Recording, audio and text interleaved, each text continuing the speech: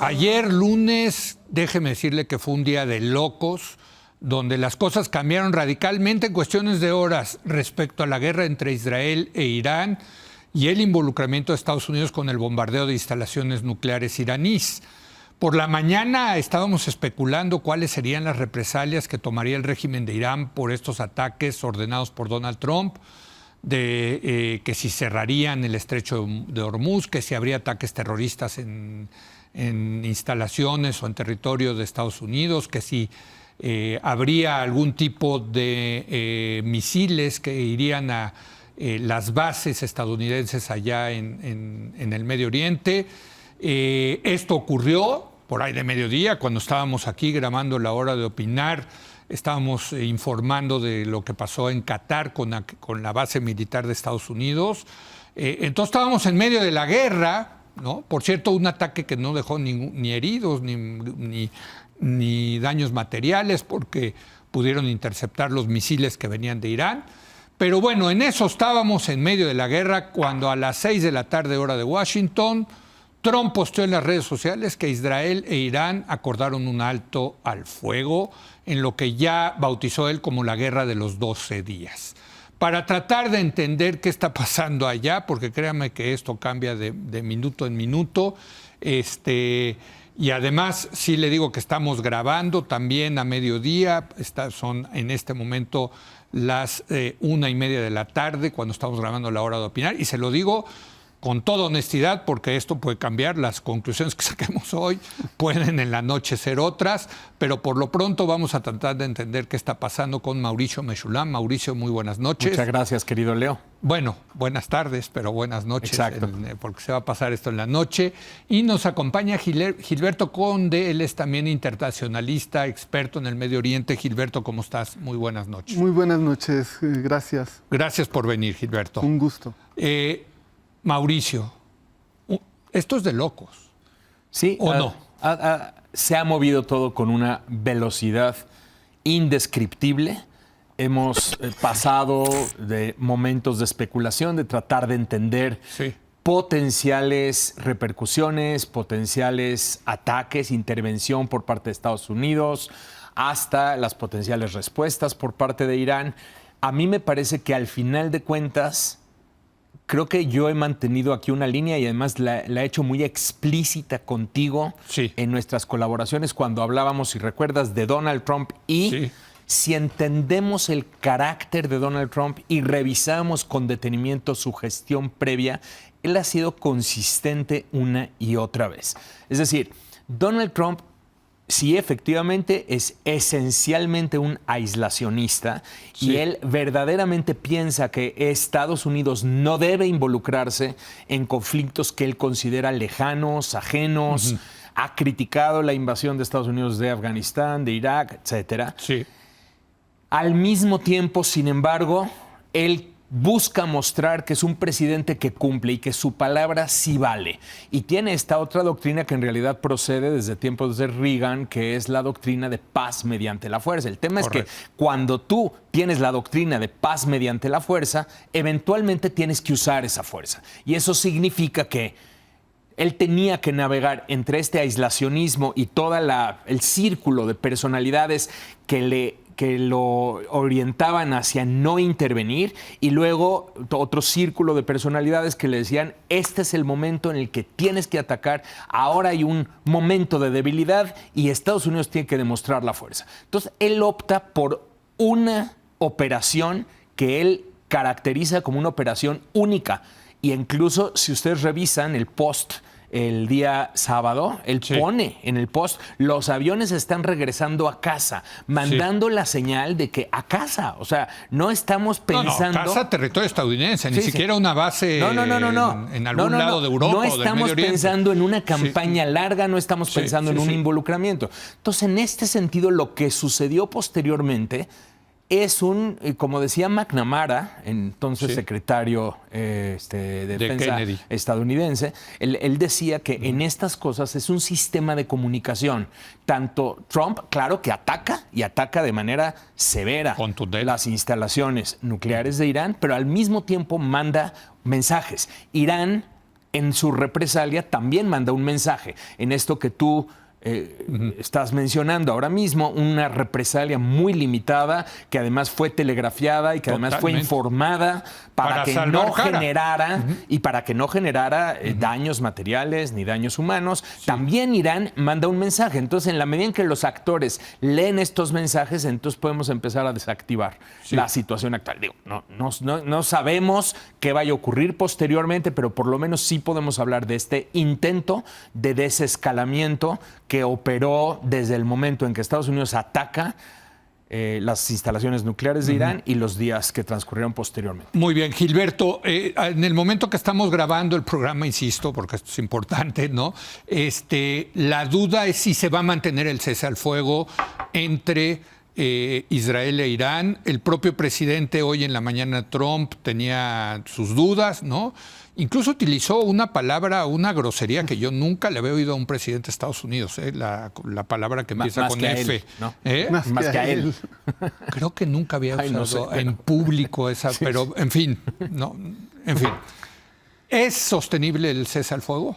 Yo creo que sí. El presidente Trump ha mostrado con mucha claridad que quiere que sea un auténtico cese al fuego. Sí. Pareciera que Israel tenía deseos de aplicar una política similar a la que aplica en Líbano o en Siria, que es, hacemos un cese al fuego, pero cada que me parece que hay algo que está fuera de orden, yo entro, ataco y reprimo cualquier cosa que se salga de mi perspectiva de lo que debe ser el cese al fuego.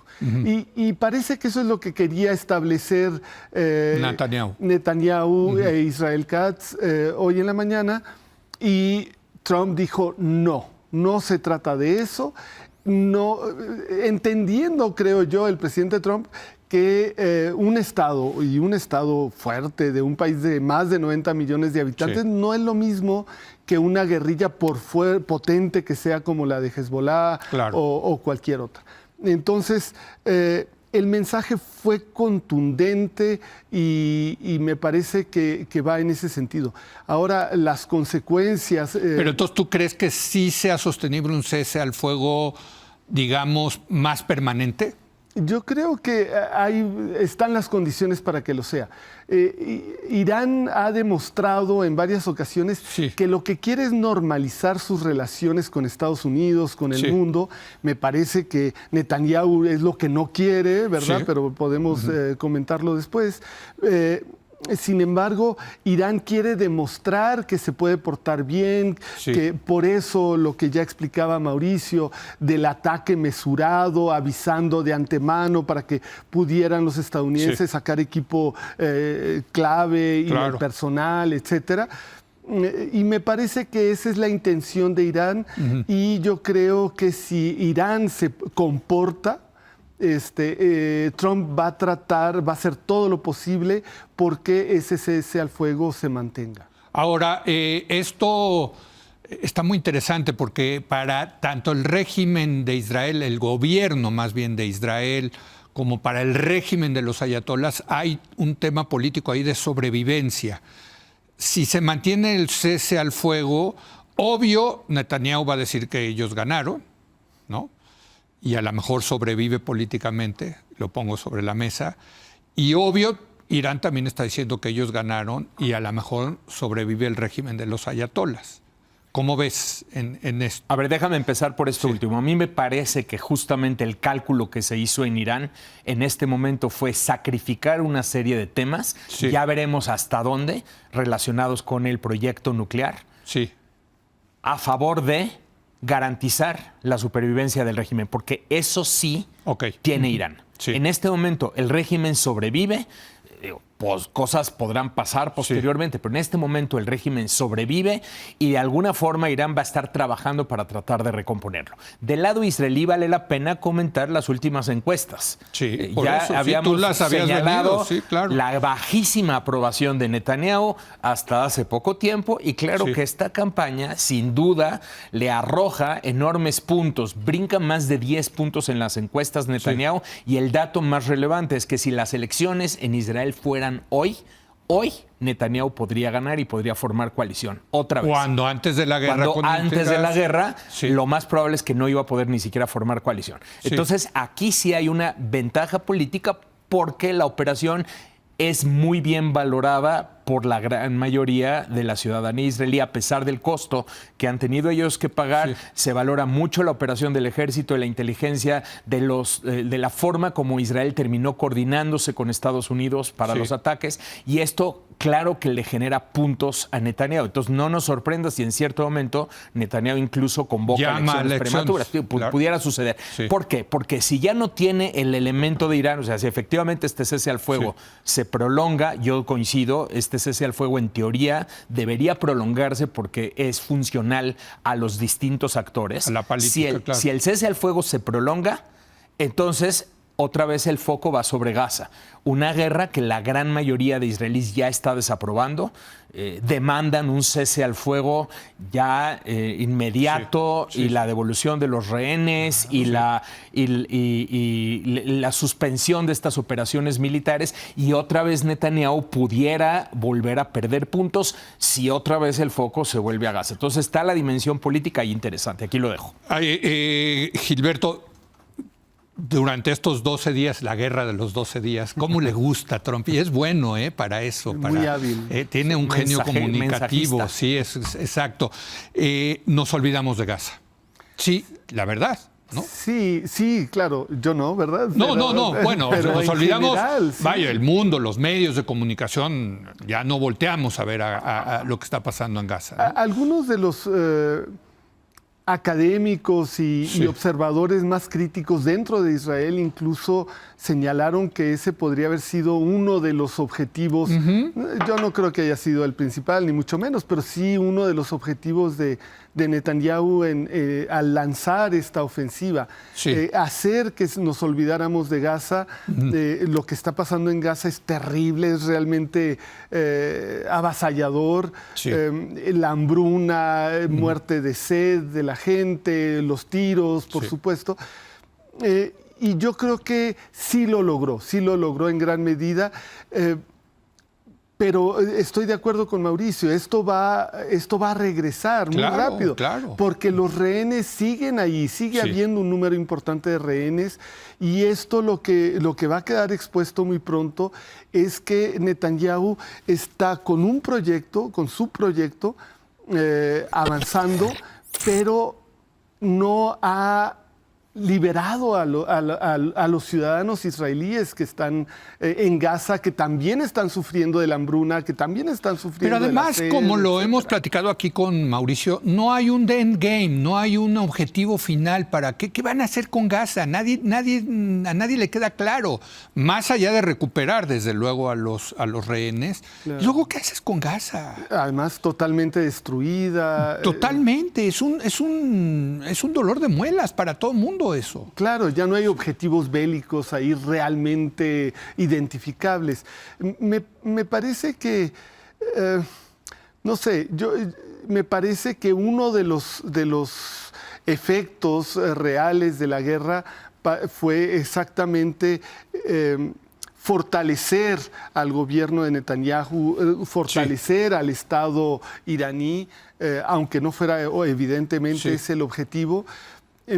Pero, y bueno, sí hay una degradación de la capacidad nuclear de Irán, pero no sabemos qué tanto. Eso es muy importante, Gilberto, porque la verdad, o sea, yo creo que sí lo pregunto, sí han retrasado el desarrollo de una bomba nuclear, pero es posible que no hayan, como dijo Trump, terminado con ese tema, ¿no? Exacto. O sea, sí, de que retrasaron. Sí.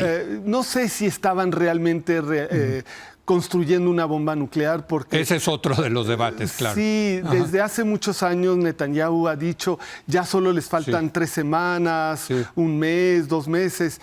Si eso fuera real, pues ya lo tendrían desde cuándo, ¿verdad? Yo creo, puedo equivocarme, por supuesto, pero yo creo que lo que los iraníes querían al aumentar el enriquecimiento era obligar a Estados Unidos a regresar al acuerdo de Obama. Exacto, al acuerdo de Obama. Y eso obviamente no se ha logrado. No sé si lo van a lograr, pero la destrucción del programa nuclear sí tiene una realidad concreta, por lo menos en Natanz, en Isfahán, en algunos otros sitios. Fordo. No sabemos qué tanto en Fordo. Habrá que ver.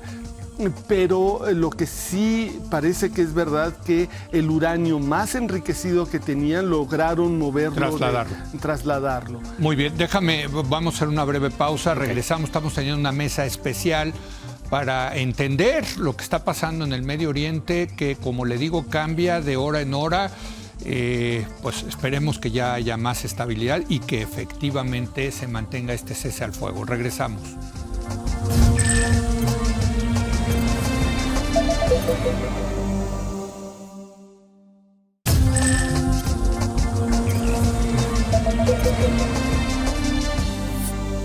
Estamos analizando lo que está pasando allá en Medio Oriente. Mauricio, este tema, me parece que por las reacciones que hubo en el mundo, tengo la impresión de que no solamente es Israel quien no quiere que los ayatolas tengan una bomba nuclear, sino también en Europa, también en la península arábiga. Creo que también los rusos no les gusta mucho la idea. O sea, esta idea de que este régimen, no Irán, este régimen de los ayatolas tengan bombas nucleares es una cosa muy compartida en el mundo. Así es. Y sí es importante señalar que el acuerdo que tú mencionas, aquel acuerdo del 2015, el acuerdo del que estamos hablando, fue firmado en su momento también por Rusia y por China, quienes también sancionaban a Irán por el progreso en este proyecto nuclear. Yo creo que aquí esencialmente hay que entender algo. Digo, hay dos visiones, nadie tiene obviamente la bolita de cristal, pero había dos visiones respecto al proyecto nuclear iraní. En una de ellas, sí, efectivamente, no había evidencia alguna de que Irán estuviese caminando para los pasos siguientes de un armado de una bomba atómica. Enriquecer uranio del 60 al 90% es una cosa y armar una bomba atómica es otra cosa. Sí, aquí nos los explicó el otro día un físico muy bien, la verdad. Exacto. Entonces, de ahí faltaba un trecho. La decisión no había sido tomada por razones esencialmente políticas, porque así convenía a los intereses de Irán, pero podía estarse tomando y había un empuje dentro de ciertas fuerzas de Irán para ya activar los siguientes pasos, precisamente a raíz del nivel de debilidad que tiene Irán en este momento, el nivel de debilidad que tiene el eje de alianzas iraníes, y algunas fuerzas estaban empujando hacia la toma de decisiones. Aquí la cuestión es que en temas geopolíticos tú no te esperas a que el actor necesariamente haya tomado la decisión o ya esté a unos días o unos meses. Si la decisión estratégica es quiero liquidar el programa nuclear o quiero revertirlo o retrasarlo la mayor cantidad de tiempo posible, la decisión se toma sobre todo a partir de las consideraciones de ¿cuándo vas a tener mayor eficacia para lograrlo? Y desde el último bombardeo israelí sobre Irán, en esta represalia, en estos intercambios,